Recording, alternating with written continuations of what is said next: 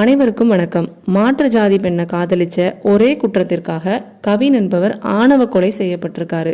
இந்த கொலையை செய்த சுர்ஜித் என்பவர் கூண்டாஸ் ஆக்ட் கீழே அரெஸ்ட் பண்ணப்பட்டிருக்காரு. இந்த கூண்டாஸ் ஆக்ட்னா என்ன, இதன் கீழே அரெஸ்ட் பண்ணதுனால என்ன விளைவு அப்படிங்கிறத பற்றி தான் இந்த வீடியோவில் பார்க்க போகிறோம்.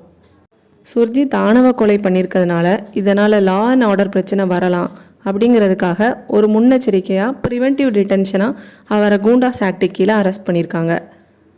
இந்த ஆக்டோட செக்ஷன் 13 என்னன்னு சொல்லுதுன்னா, இந்த ஆக்ட் கீழே அரெஸ்ட் பண்ணால் 12 மாதங்கள் வரை, கைதான நாளில் இருந்து கரெக்டாக 12 மாதங்கள் வரை அவங்க பெயிலில் வெளியே வர முடியாது. 12 மாதங்கள் சிறை தண்டனையை அனுபவிச்சு தான் ஆகணும். இந்த ஆக்டோட செக்ஷன் 15 என்ன சொல்லுதுன்னா, அந்த அக்யூஸ்டு பர்சனை ஸ்டேட் கவர்மெண்ட் சில கண்டிஷன் அடிப்படையில் ஒரு குறிப்பிட்ட காலம் ரிலீஸ் பண்ண முடியும்.